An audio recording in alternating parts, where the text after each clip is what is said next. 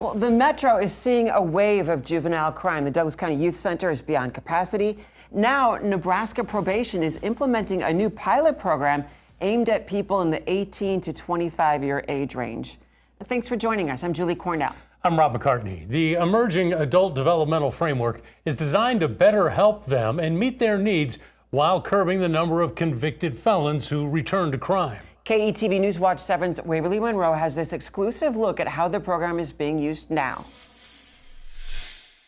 Eric Malley says probation can change lives. The main thing is to help people live and flourish and become the best versions of themselves. He oversees probation across the state of Nebraska, but there's an ongoing trend for some of the youngest clients in adult probation. This age group having the highest failure rates. We're seeing them continually come into our system and not matching up with the appropriate resources. Obviously, you don't want to supervise an 18 to 25-year-old like you would a 40 or 45-year-old individual. Damon Strong is the chief probation officer here in Douglas County. Now, he says a new program will target clients age 18 to 25. I can say that it's the most overrepresented, it's the most diverse, and that is a place where we need to see some improvement. The Emerging Adult Developmental Framework was created at Columbia University. In 2022, the school asked for proposals from across the country to be a part of the pilot program. It focuses on meeting the needs of young adults in the court system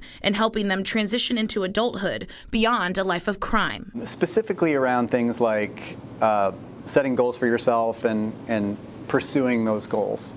A lot of young people don't have those same influences in their lives, and so what we're trying to do is provide skills to probation officers to really individualize their interventions with the 18 to 25-year-olds. Nebraska was selected in early 2023 and is the only probation division in the U.S. using this model. It will focus on rural and urban probation, specifically using Douglas, Hall, and Buffalo counties. Probation has worked with researchers during most of 2023, then training probation officers from September to the end of last year. Officers like Kayla Krantz and Alexia King. The basis of that training is making sure that we have the fundamentals to deal with this age group based off of their brain development. I think a lot of these individuals have already faced an extreme amount of trauma, and the focus of this pilot is actually looking at those individuals' strengths and being able to build upon those and using positive reinforcement versus negative reinforcement to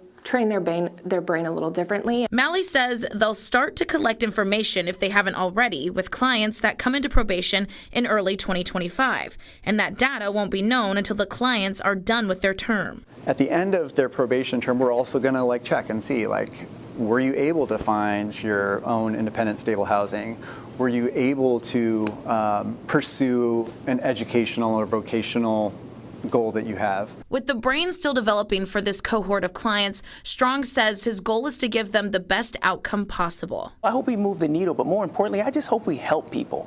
I hope we help these emerging adults. I hope we help them find who they are. Waverly Monroe, KETV, Newswatch 7. Well, the other sites used for this pilot are the Defense Attorneys Association in Massachusetts and also the third site in D.C.